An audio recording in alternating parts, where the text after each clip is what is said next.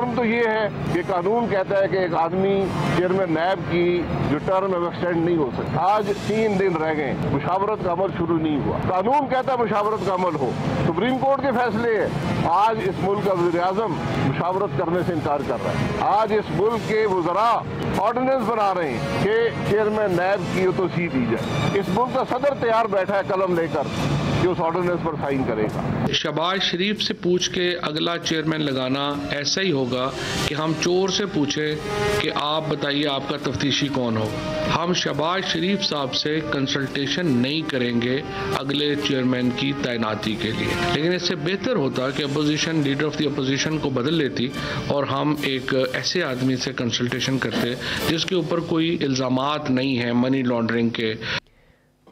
अस्सलाम वालेकुम नाज़रीन, आप देख रहे हैं प्रोग्राम एक्सपर्ट्स। मैं हूं दुआ जमील। आज के पैनल का हिस्सा होंगे अयाज खान साहब, आमिर इलियास राना साहब, फैसल हुसैन साहब, ब्रिगेडियर रिटायर हारिस नवाज साहब, मोहम्मद इलियास साहब।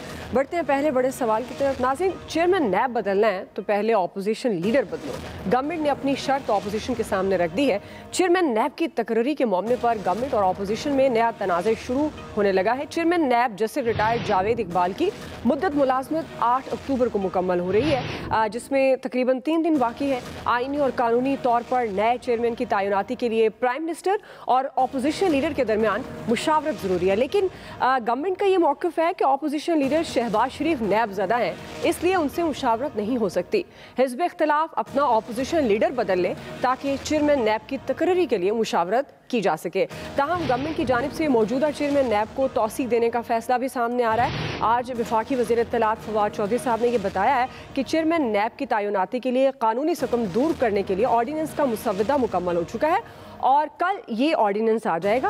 ऑपोजिशन की जानिब से चेयरमैन नैब की तौसीक के फैसले पर शदीद रद्द-ए-अमल सामने आ रहा है। इस हवाले से सख्त मज़ाहमत करने और सुप्रीम कोर्ट जाने का भी ऐलान कर दिया गया है। इसी मुनासबत से हमारा सवाल है, आमिर साहब मैं आपसे आगाज़ कर रही हूँ। अभी जो चेयरमैन नैब की तौसीक का मामला है, ऑपोजिशन मज़ाहमत करेगी अगर, तो आपके ख्याल में उसमें वो कामयाब हो पाएगी? अब जो गवर्नमेंट का मौक़िफ़ है कि अगर ज़ाहिर है उन्होंने ये नुक्ता तो रखा है क्या है कि प्राइम मिनिस्टर और ऑपोजिशन लीडर में मुशावरत होगी, अब वो कहते हैं कि ऑपोजिशन लीडर बदलो, तो आपको ये सूरत हाल किस तरफ जाती नजर आ रही है? देखें, जिस तरह वो कह रहे हैं ना कि शहबाज शरीफ से बात करना तो ऐसे है जैसे चोर से बात करना, तो मेरा ख्याल है फवाद चौधरी साहब को ये ओहदा दे देना चाहिए अपोजिशन लीडर वाला, क्योंकि फिर इमरान खान साहब मुतमईन शायद हो सकें। मैं गारंटी से भी नहीं कह रहा कि फिर भी मुतमईन होंगे, क्योंकि जावेद इकबाल साहब को लगाया, शाहिद खाकान अब्बासी और खुर्शीद शाह ने दोनों अंदर हुए इनके हाथों से। तो यही बात फवाद चौधरी की बात को निगेट करती है कि जिसने लगाया था, क्या जावेद इकबाल साहब ने दोनों को छोड़ दिया? ये क्यों नहीं सोच रहे कि अगर ये काम जिस तरह अपोजिशन कह रही है कि ये गठजोड़ से हो रहा है, तो ये दोबारा भी नया गठजोड़ किसी भी वक्त शुरू हो सकता है।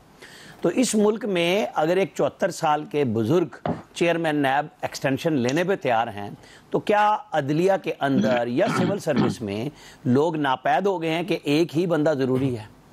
और ये जो मुशावरत है, अगर इस पर गवर्नमेंट, मैं यकीन से कहता हूँ, संजीदा होती तो मुशावरत से पहले अपोजिशन लीडर से गैर रस्मी तौर पे नाम चेक किए जा सकते थे, बात हो सकती थी और वो इस पे एग्री हो जाते कि हाँ जी एक खत आएगा और ये लोग, ये नॉन पेपर के ज़रिए होता रहता है।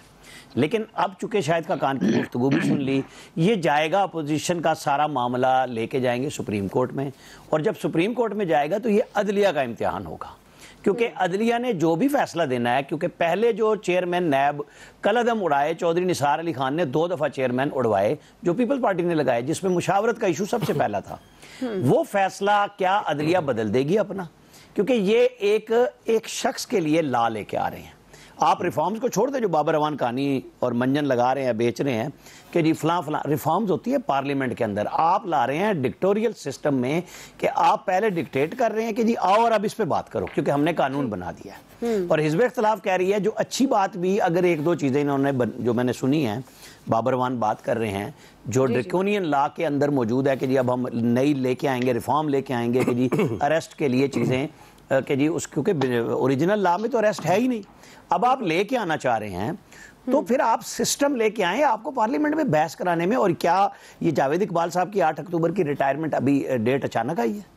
ये 4 साल पहले से तय थी और ये गवर्नमेंट 1 साल से लगी हुई है इनके। ये देखें, आज इन्होंने ट्वीट करवाया कि जी फहमीदा मिर्जा से कहा गया है कि सिंध गवर्नमेंट ने गंदम रिलीज नहीं की, ज़्यादा उनसे कहा जाए किया जाए। ये 2 हफ्ते पहले मैंने पिछले हफ्ते भी बात की थी, इरशाद अंसारी ने कैबिनेट की स्टोरी दी थी कि वहाँ पे पंजाब गवर्नमेंट को रगेदा गया कि उन्होंने गंदम टाइम पे रिलीज नहीं की, लिहाजा महंगी हो गई।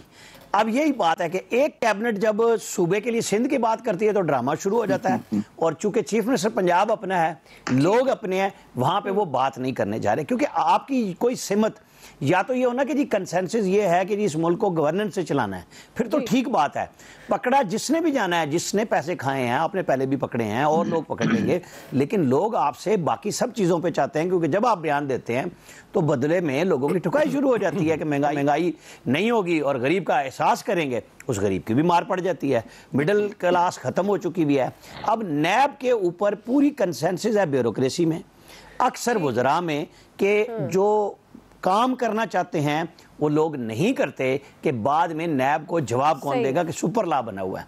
इसके ऊपर एक बड़ी अच्छी पार्लियामेंट में बहस होनी चाहिए, ये ऑर्डिनेंस ले आए। मेरा ख्याल है ये सुप्रीम कोर्ट इसके कम अज़ कम जो मुशावरत करने वाला है, यह काम है ना, जावेद इकबाल साहब जिस अदालत के जज थे ना, वहीं से फारिग होंगे।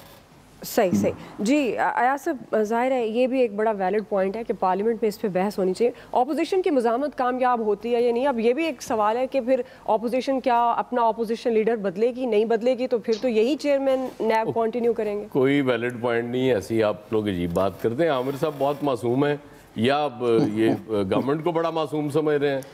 ओ भाई, एक लगा के देख लिया ना उन्होंने, चीफ इलेक्शन कमिश्नर, क्या हालत हुई है उनकी, और कह रहे हैं जी वो जिन्होंने लगाया था उन दोनों को उन्होंने जेल भिजवा दिया।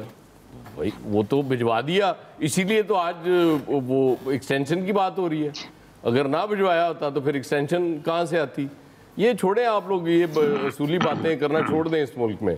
बिल्कुल ठीक कर रही है गवर्नमेंट, उसको पता है कि मुशावरत से अगर कोई आ गया, और कल को आपको याद होगा कि एक बयान आया था चेयरमैन नैब जो मौजूदा है इनका, कि अब हम दूसरी तरफ भी जाएंगे, बिल्कुल, और थोड़ा सा उन्होंने वो खिड़की खोली थी दूसरी तरफ जाने की, और उसके बाद फिर सरता पैर वो वापस हो गए, और फिर बिल्कुल अच्छे तरीके से वो काम करते रहे। इसलिए ये बहुत जरूरी है उनको एक्सटेंशन देना। अगर उनको एक्सटेंशन नहीं दी जाएगी, झूमने की बात कर रहे हैं यार साहब, ये यार राना साहब इस तरह नहीं, मैंने पूछा है झूमने की बात कर रहे हैं, बस वो होता है ना, ज़ाहिर है झूमना पड़ता है। तो जब इस हद तक एक अच्छे तरीके से नैब को चलाया जा रहा है, इससे अच्छा चेयरमैन नहीं मिल सकता गवर्नमेंट को, और मैं बिल्कुल गवर्नमेंट के साथ हूँ। गवर्नमेंट को यही करना चाहिए। राना साहब फंसवाना चाह रहे हैं कि यार वो शहबाज शरीफ से मशवरा कर लें, और वो पता चले जी वो इनको फैसल हुसैन को उन्होंने चेयरमैन नैब लगा दिया है, और कल कोई भुगतना पड़ जाए, तो ये नहीं होगा। दुआ, ये असूली बातें करना छोड़े, कोई पार्लियामेंट में बहस नहीं होनी चाहिए। ये बिल्कुल गवर्नमेंट का फैसला ठीक है, बल्कि मैं समझता हूँ कि पार्लियामेंट को भी इसके पीछे जाना चाहिए, जैसे बाबर अवान साहब कह रहे थे कि इसको खुशाइन कहना चाहिए, और इसकी हिमायत में आके इसको कानून बना देना चाहिए। सही है, लेकिन अगर ये कंटिन्यू हो जाते हैं यार साहब, तो फिर हवाओं का रुख बदल भी सकता है या नहीं? नहीं, कंटिन्यू होंगे तो हवाओं का रुख बदलना होता तो कंटिन्यू क्यों होते? आप भी होते ना मासूमाना बातें शुरू कर। ब्रिगेडियर साहब, आपको क्या लगता है ऑपोजिशन लीडर को बदलेंगे, मुशावरत आगे बढ़ेगी, ऑपोजिशन की मुज़ाहमत कामयाब हो पाएगी या नहीं? देखें, मेरे ख्याल में ये चाहिए था ऑपोजिशन को to put the government on the back foot. वो ऑपोजिशन लीडर चेंज कर देते। पहले भी तो उन्होंने वो जो पब्लिक अकाउंट कमेटी के चेयरमैन चेंज किए थे, तो उनको चाहिए था पहले ही राना तमीज को या ऐसे किसी को भी लगा देते जो वो बेहतर समझते हैं, और फिर मुशाफरत होती और इनका पॉइंट ये ख़त्म हो जाता, और उसके बाद कहीं ना कहीं एक कॉम्प्रोमाइज़ होता, वरना ज़ाहिर पार्लियामेंट्री कमेटी में जाता और जो उसका लीगल प्रोसीजर है वो हो जाता। इसीलिए उन्होंने वर्ड उजाला है वो कि ही विल कंटिन्यू टिल मुशाफरत लीडर ऑफ द अपोजिशन और लीडर ऑफ द गवर्नमेंट आपस में बैठ के नहीं कर लेते हैं। तो इसकी वजह से मेरे ख्याल में जो उन्होंने कोर्ट में जाने की शिक तरह, मुझे लगता है कि वो उन्होंने इसी वजह से ब्लॉक किया है कि वो कह रहे हैं जी कि हमने बिल्कुल मुजाफरत करनी है, जब तक नहीं होती है तो ये कंटिन्यू करेंगे। ये उन्होंने, मुझे लगता है कि बड़े प्लान करके तरीके से इसको इंसर्ट ये ऑर्डिनेंस लेकर आ रहे हैं। सेकेंड ये कि देखें, जो भी बात कर रहे हैं, ये गवर्नमेंट को नज़र आ रहा है कि अगले 2 साल कितने क्रूशल हैं। आई थिंक इनको कंटिन्यू करा के they want to go very fast on ये केसेस के ऊपर, या चेयरमैन नैब खुद एक्शन लेंगे और वो या कुछ डिसीजन जो होने वाले हैं पेंडिंग हो रहे हैं उनको करेंगे। प्लस अगर आपने देखा हो तो उन्होंने ये भी डाला है कि जी एक एडिशनल सेशन जज या रिटायर्ड जजेस को भी लगाएंगे ताकि कंटिन्यू होती है। होता पता कि लाहौर में जो अकाउंटेबिलिटी कोर्ट का जज लगता है, जब ये केसेस लगते हैं वो उसको पोस्ट कर देते हैं, 6 महीने नए आने को लगते हैं, आता है उसको 2 महीने के बाद फिर चेंज कर देते हैं। तो ये डिलेइंग टैक्टिक्स चल रही है जिसकी वजह से होती है। और साथ ही साथ उन्होंने 4-5 पॉइंट भी बता दिए कि जी क्या करेंगे, कैसे करेंगे, हरासमेंट नहीं होगी, बेल की ऑप्शन रख लें, ट्रायल कोर्ट बेल दे सकती है, आई थिंक प्रोसिक्यूशन बेहतर करना चाह रहे हैं। तो ये कुछ उन्होंने पॉइंट्स रखे हैं जो आई थिंक मे भी वो बेहतर ही हैं। लेकिन ओवरऑल 99 के ऑर्डिनेंस को जाहिर है कि इसकी रिफॉर्म चाहिए, there must be lot of observation. और जब भी कोई ऑर्डिनेंस आता है, ये कानून बनता है, उसको कुछ अर्से के बाद ट्राई करने के बाद उसमें बेहतरी लानी चाहिए। जो स्नैक्स होते हैं उनको निकालना चाहिए, वो भी नहीं निकाले हैं। तो ओवरऑल लेकिन ये एक स्टैंड ऑफ हो गया है, इसमें बहुत पार्लियामेंट में गर्मा गर्मी होगी। एक और इशू मिल गया है अपोजिशन को, और इसकी वजह से जो आपकी दूसरी चीज़ें वो सारी साइड पर चली जाएंगी। इस वक्त मुल्क को और बहुत चीज़ों की ज़रूरत है जो आपके सामने अफेयर चल रहे हैं, तो उसको देखने की ज़रूरत है। जी फैसल साहब। ये चेयरमैन नैब को एक्सटेंशन दें, कंटिन्यू कराएं, ये तो इनका हक है, हम और आप तो इनको नहीं रोक सकते। लेकिन कम से कम इतनी अखलाकियात का मुजाहरा ज़रूर करें कि ये ज़रूर बताएं कि मौजूदा चेयरमैन नैब की ऐसी क्या कारकर्दगी है कि जिसकी बुनियाद पे जो है इनको एक्सटेंशन दी जा रही है या इनके अहदे में जो है वो तोसी की जा रही है। कम से कम इतनी अखलाकियात का तो जो है मुजाहरा कर दें कि इनकी कारकर्दगी क्या है। क्या हम और आप यहाँ बैठ के नैब की कारकर्दगी पे कोई बात कर सकते हैं? क्या हमें और आपको इल्म नहीं कि नैब के अफसरान इस पर क्या काम कर रहे हैं? क्या हमें और आपको इल्म नहीं कि नैब से जो करप्शन कम हुई है या उसमें इजाफा हुआ है? क्या हुकूमत के इल्म में नहीं? इमरान खान साहब का तो नैरेटिव ये था ना कि मैं करप्शन को रोकूंगा, तो करप्शन रुकी है, बढ़ी है, क्या हुआ? इस पर कोई डिबेट हो सकती है टीवी पर बैठ के आज़ादाना माहौल में? नहीं हो सकती ना। अच्छा, अब ये कहते हैं हम शहबाज शरीफ को हटाएंगे। आप यकीन करें कि शहबाज शरीफ जैसा अपोजिशन लीडर अगर हुकूमत चिराग लेके भी ढूंढने निकले ना, तो उनको शहबाज शरीफ जैसा अपोजिशन लीडर नहीं मिलेगा। उनको जो है हटाने की ये बात कर रहे हैं कि उनसे बात नहीं हो सकती। जितनी आसानी के साथ शहबाज शरीफ के साथ बात हो सकती है, इतनी आसानी के साथ तो किसी से बात नहीं हो सकती। उनके तो लबो लहजे से, उनके रवैये से, उनके मिजाज से, उनके अंदाजे सियासत से तो उनकी अपनी फैमिली जो है वो परेशान है, जितनी वो लचक का और मुजाहरा करते हैं। हुकूमत जितनी, इस हुकूमत को तो शहबाज शरीफ के ना पैर धो के पीना चाहिए थे कि जितनी अच्छी अपोजिशन जो है मौजूदा हुकूमत को मिली, पाकिस्तान की तारीख में किसी भी हुकूमत के हिस्से में ऐसी जो है वो अपोजिशन नहीं है। ये उससे भी खुश नहीं है, ये उससे भी जो है वो खुश नहीं है। मतलब बिल्कुल मावरा अकल बात है कि अगर मौजूदा अपोजिशन से हुकूमत खुश नहीं है तो फिर ये समझ लें कि अल्लाह ताला इन लोगों पे जो है वो रहमी फरमाए कि यानी कि अपोजिशन की अपनी कारकर्दगी जो है उस पर जो है वो सवालिया निशानात बन गया कि इतनी हल्की अपोजिशन मिली, लेकिन उस पर भी ये मुतमईन नहीं है। तो इनको चाहिए कि हर मामले में जो है वो अपनी जिद का अना का मसला नहीं बनाया। असल में इनको खौफ इस बात का नहीं है कि वो शहबाज शरीफ से मशवरा क्या आएगा, इनको खौफ इस बात का, इनको अपने पर ही एतबार नहीं है, इनको अपने लोगों पर भी एतबार नहीं है। अगर हुकूमत का दिए हुए नाम पर भी अगर अपोजिशन मुत्तफिक हो जाती है तो इनको इस बात का यकीन नहीं है कि वो जो चेयरमैन नैब होगा इनकी मंशा मर्जी के मुताबिक काम करेगा या नहीं करेगा। जी इलियास साहब, देखिए अब तो गवर्नमेंट जो अमेंडमेंट लेके आना चाह रही है ताकि उसके मुताबिक इनको कंटिन्यूज करवाया जा सके मौजूदा चेयरमैन को, जब तक उनकी अपॉइंटमेंट नहीं होती। जाहिर है अपोजिशन से नहीं करेंगे क्योंकि शहबाज शरीफ साहब के केस चल रहे हैं अभी, तो वो जाहिर है जहाँ जिस अदालत में चल रहा है तो वो उसका अदारे का सरबराह तो उनसे नहीं मुज़ाकरात करेगा। ज़्यादा से ज़्यादा यही अब अपोजिशन की जानिब से, हुकूमत की जानिब से कहा जाएगा कि अपोजिशन लीडर चेंज करें। अब देखें गवर्नमेंट इस पर गवर्नमेंट को कितना टफ टाइम मिलता है। अपोजिशन की जानिब से तो कोई ऐसा टफ टाइम नहीं दिया जा रहा, ना ही वो कोई ऐसा चेयरमैन बदलेंगे। ज़ाहिर है एहतजाज करेंगे, लेकिन गवर्नमेंट ने अपनी भरपूर तैयारी कर ली कि अमेंडमेंट लेके आएँ और इन चेयरमैन को कंटिन्यू करा रखें। पहले भी उन्होंने जो काम किए हैं उनके काम को तसलसल बरकरार रहे और जो भी सज़ाएँ हैं वो भी जिसका फ़ैसला होने वाला है, ज़ाहिर है उसकी अमेंडमेंट उन्होंने की है, अब इसकी तशरीह की है, अब इसकी मंजूरी होगी और उसके बाद देखेंगे कि अपोजिशन को क्या कर सकती है। अपोजिशन के तो ऐसे जैसे खामोशी इख्तियार कर ली है कि इसके बारे में कुछ पता ही नहीं उनको। तो ज़ाहिर है गवर्नमेंट ने की जानिब से पूरी तरह उसका तरह किया गया काम उस पर। जिस तरह अभी बाबर अवान साहब बता रहे हैं कि जिस तरह जजेस लाएंगे उनके ज़मानत ले सकेंगे और जो इस तरह कंटिन्यू रख सकेंगे जब तक उस तरह, क्योंकि गवर्नमेंट की अपोजिशन की जानिब से तो कोई अपना नाम नहीं दिया गया।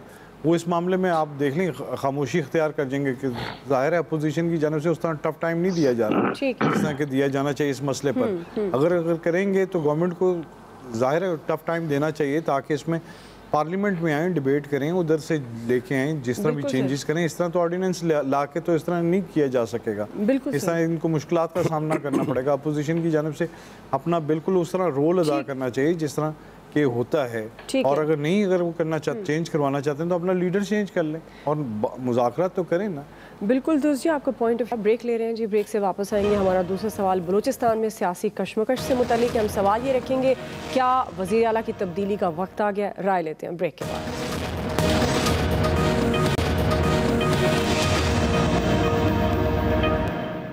ये तासुर देने की कोशिश की जा रही है कि हमारे ग्रुप के कुछ लोग टूट गए हैं और आज आपके सामने हम सारे खड़े हैं, मिलकर जो है वज़ीर आला साहब को गुजारिश करते हैं कि बजाय कि हम ये मामला असेंबली में ले जाएं और मेजॉरिटी के तवस्सुत से उनको अपने ओहदे से हाथ धोना पड़े, बेहतर यही है कि उनके लिए ऑनरेबल तरीका यही है कि खुद मुस्तफ़ी हो जाएं। जाम साहब एक जिद में है। मैं समझता हूँ कि जाम साहब बजाय घरों की चक्कर लगाने की कल तक अपना इस्तीफा दे दें। अगर 6 तारीख तक 5 बजे इस्तीफा नहीं दिया, हम एक बहुत बड़े ऐलान करने जा रहे हैं। और सबसे बड़ी बात यह है कि हम बाप पार्टी बचा रहे हैं। ये बड़ी मेहनत से और मुख्तलिफ लोगों का ये गुलदस्ता है। हम उनसे गुजारिश करते हैं कि वो पार्टी पर भी रहम खाएं, बलूचिस्तान पर भी रहम खाएं, मुस्तफ़ी हो जाएं। नाज़रीन, बलूचिस्तान में सियासी बहरान शिद्दत इख्तियार कर गया है और एक बार फिर तब्दीली की हवा चल रही है। गुज़श्ता रोज़ भी हमने अपने प्रोग्राम में इस पर बात की थी। ताहम आज वज़ीर आला बलूचिस्तान जाम कमाल और नाराज़ अरकान के दरमियान डेडलॉक की बात डेड लाइन तक पहुँच चुकी है। नाराज़ अरकान ने वज़ीर आला बलूचिस्तान जाम कमाल को कल शाम 5 बजे तक इस्तीफ़ा देने का अल्टीमेटम दे दिया है और 2 टोक अल्फाज में उन्होंने ये वाज़ेह किया, अगर कल तक वज़ीर आला मुस्तफ़ी ना हुए तो तहरीक अदम एतमाद समेत तमाम ऑप्शन इस्तेमाल किए जाएंगे। ताहम नाराज़ अरकान की धमकी के बावजूद वज़ीर आला जाम कमाल भी अपने मौक़िफ़ पर डटे हैं और वाज़ेह किया है कि किसी सूरत ओहदे से इस्तीफ़ा नहीं दूंगा। इसी से मुताल्लिक़ हमारा सवाल है और इस पार्ट में हमें ज्वाइन किया है ब्यूरो चीफ क्वेटा रज़ा रहमान साहब ने। आपको वेलकम करूँगी और आपसे मैं आगाज़ कर रही हूँ। रज़ा रहमान साहब, कल भी हमने इस पर बात की थी और कल तो हमने ये भी बात की थी कि वाकई तब्दीली हो सकती है। आज सूरत हाल ये है कि डेडलॉक से डेडलाइन पर बात चली गई है। आपके ख्याल में मुस्ताफ़ी हो जाएंगे जाम कमाल अब, क्योंकि तहरीक अदम एतमाद समेत तमाम ऑप्शंस इस्तेमाल किए जाएंगे? मैं आपकी तरफ आती हूँ। अभी माज़रत के साथ हम बराह रास्त जाएंगे, प्रोग्राम को कंटिन्यू करेंगे वहीं से। और रज़ा रहमान साहब, आपकी तरफ ही आऊँगी। वही बात कि वज़ीर आला की तब्दीली का वक्त आ गया है। आपको लगता है कि अब क्या ऑप्शन जाम कमाल इस्तेमाल करेंगे और क्या ऑप्शन इस्तेमाल कर सकते हैं नाराज़ अरकान? ये देखें, इस टाइम जो सूरत हाल है, जो जिस तरह दिन ब दिन इस तरह 15 दिन से ये सूरत हाल बड़ी सियासी जो बहरान था वो मज़ीद शिद्दत अख्तियार करता गया। अब तो फाइनल राउंड पर आ गया है और आज ही आपके जितने ये नाराज अरकान थे उन्होंने भी चुप का रोज़ा तोड़ा है और पहली दफ़ा वो मीडिया के सामने आके उन्होंने एक प्रेस कॉन्फ्रेंस के ज़रिए जो है अपने जो उनके हवाले से सोशल मीडिया पर और वज़ीर आला जाम कमाल के कैंप की तरफ से जो बारहा ये बात कही जा रही थी कि शायद उनमें से कोई 5-6 लोगों को तोड़ लिया गया है और उनकी हुकूमत जो है मुस्तहकम हो गई है। तो इस हवाले से उन्होंने आके प्रेस मीडिया के सामने ये चीज़ वाज़ेह की है कि वो मुत्तहद हैं और अभी तक अपने मौक़िफ़ पे डटे हुए हैं और जो डेडलाइन थी वो कल तक के जो 6 तारीख, जैसे मैंने कल भी कहा था, उसी तरह उनके 6 तारीख तक है और टाइम दिया है।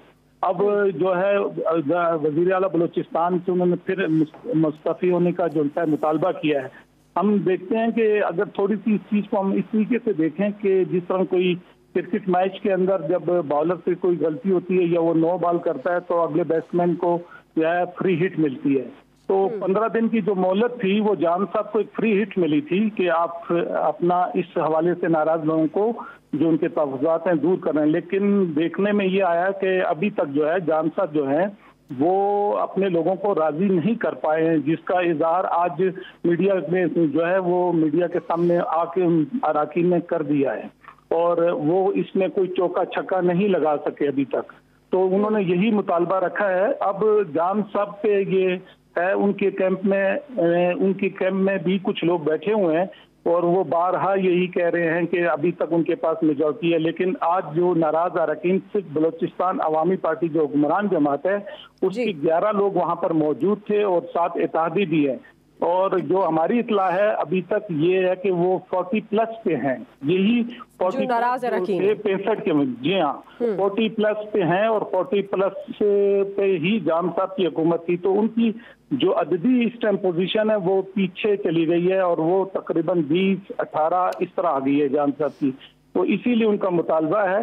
अब नाराज अरकान में इस हवाले से उनके पास जो मुख्तलिफ ऑप्शन हैं उसमें 2 ऑप्शन है। एक तो उन्होंने आज उसका इजहार किया है कि वो तहरीक अदम एतमाद पेश कर सकते हैं। अब जिस तरह के मुत्तहिदा अपोजिशन में की थी, वो मुत्तहिदा अपोजिशन की सपोर्ट से अब आएंगे और उसमें पहले तो ये लोग अगर वो करेंगे तहरीक अदम एतमाद, नहीं तो वो एक करारदाद के जरिए असेंबली फ्लोर पर जो बात कर रहे हैं कि असेंबली फ्लोर से पहले हम कहते हैं कि ये फैसला हो जाए।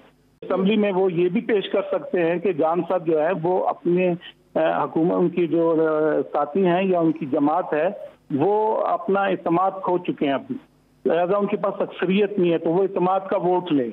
अगर वो इत्तेमाद का वोट ले सकते हैं तो वो फिर आ जाए असेंबली फ्लोर पर। तो ये अभी सूरत हाल है। और उस तरफ से जाम साहब अभी तक इस्तीफा के ऊपर उन्होंने जो है वो उनका कहना है कि वो आखिरी वक्त तक, यानी वो उनका ये भी कहना है कि वो प्लेंटी किक्स तक जाएंगे, अब प्लेंटी किक्स तक जाने के मूड में हैं।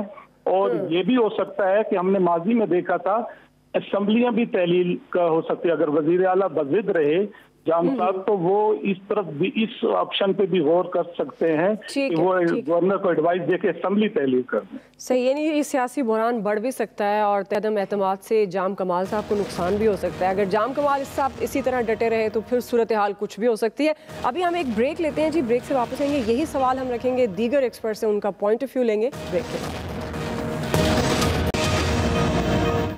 वेलकम बैक नाज़रीन, हम बात कर रहे थे बलूचिस्तान में सियासी बहरान की जो शिद्दत इख्तियार कर गया। सवाल वही कि क्या वज़ीर आला की तब्दीली का वक्त आ गया। अयाज साहब, मैं आपसे अब आगाज़ कर रही हूँ, आपको लगता है कि अब वज़ीर आला तब्दील होंगे या जाम कमाल साहब अपनी ज़िद पर अड़े रहेंगे? देखिए तो अब बज़ाहिर तो वो दी एंड हो गया जाम कमाल साहब की वज़ारत आला का। हाँ, अब ऑप्शंस की बात है कि वो असेंबली तोड़ने की तरफ जाते हैं। देखिए ये मौके होते हैं जब कोई लीडर होता है ना, लीडर का पता उस वक्त चलता है जब कोई क्राइसिस आता है। आपके पास टाइम था, आप उसको गेन नहीं कर सके, आपने कोशिश नहीं की मामला ठीक करने की, नहीं हुए। अब आपको नज़र आ रहा है अक्सरियत आपके खिलाफ खड़ी है, तो इस मौके पे लीडर का पता चलता है, अपनी पार्टी के लिए फैसला करता है वो कि हाँ जी मेरी, क्योंकि बाहर से तो कोई नहीं आ रहा ना, पार्टी में से किसी ने, चीफ मिनिस्टर वो जो बात कर रहे हैं उनके साथी और इत्तेहादियों के साथ मिलके, अगर पार्टी में से ही किसी ने चीफ मिनिस्टर आना है तो फिर उन्हें आराम से अलहदा हो जाना चाहिए। 3 साल बड़े होते हैं, उन्होंने 3 साल वज़ारत आला इंजॉय कर ली, तो मेरे ख्याल में तो उनको ये फैसला करना चाहिए। लेकिन ये फैसला सबसे मुश्किल होता है क्योंकि यहाँ जो एक बार आता है वो समझता है कि मैं ताहयात हूँ। मेरे ख्याल में कुछ शोधों को ताहयात ही कर देना चाहिए, रोज़ रोज़ की मुसीबत से जान छुड़ा लेनी चाहिए। जी आमिर साहब। हाँ, वो हो सकता था कि इनके वालिद और दादा दोनों चीफ मिनिस्टर रह चुके और ये उनसे टोटल डिफरेंट सियासत करने जा रहे थे, तो लिहाजा ये तो एक दफ़ा एक देसी मुर्गे पे अपने बाप की चीफ मिनिस्ट्री भिजवा रहे थे। वो बड़ी मुश्किल से देसी मुर्गा वापस भिजवाया था उन्होंने, जाम यूसुफ मरूम ने। तो 22 अपोजिशन के इनके खिलाफ हैं। और कल जो लोग अभी जो रज़ा साहब बता रहे थे वो पहले वजारतों से रिज़ाइन करेंगे, एडवाइजरी से करेंगे, स्पेशल असिस्टेंटशिप से करेंगे और पार्लिमानी सेक्रेटरीशिप से रिज़ाइन करेंगे। उसके बाद वो नो कॉन्फिडेंस पे जाएंगे। अच्छा, जो मतलब असम्बली तोड़ने की बात है, तो ये सबको पता है बलूचिस्तान में हुकूमत और ये पार्टी और ये चीफ मिनिस्टर कैसे बने थे। तो वो जो सिस्टम काम कर रहा है उसके लिए बड़ी मुश्किल हो जाएगी कि अगर एक असम्बली टूटती है तो बाकी 3 असम्बलियों में क्या होगा। क्योंकि पाकिस्तान में फ़िलहाल इंडिया की तरह की रिवायत नहीं है कि सूबों के इलेक्शन अलग हों और मरकज़ के बाद में हो रहे हों। एक दिन के फ़र्क पे भी बहुत बड़ी चेंज आ जाती है। तो ये बड़ा मुश्किल काम हो गया है। जाम साहब ने कोशिश 15 दिन में की है, लीडर बने थे, अगलों ने मिलने से इनकार कर दिया। मैंने इस ब्रेक में भी 4-5 लोगों से बात की है, लोगों के घर इन्होंने मैसेज भेजे, उन्होंने कहा जी हम घर पे नहीं हैं, और उनको समझ आ गई है। मेरा ख्याल है आज रात उनको फैसला कर लेना चाहिए, वरना जिस तरीके से वो जाएंगे तो उनको देसी मुर्गे भी बहुत सारे वापस करने पड़ेंगे। सही जी, ब्रिगेडियर साहब।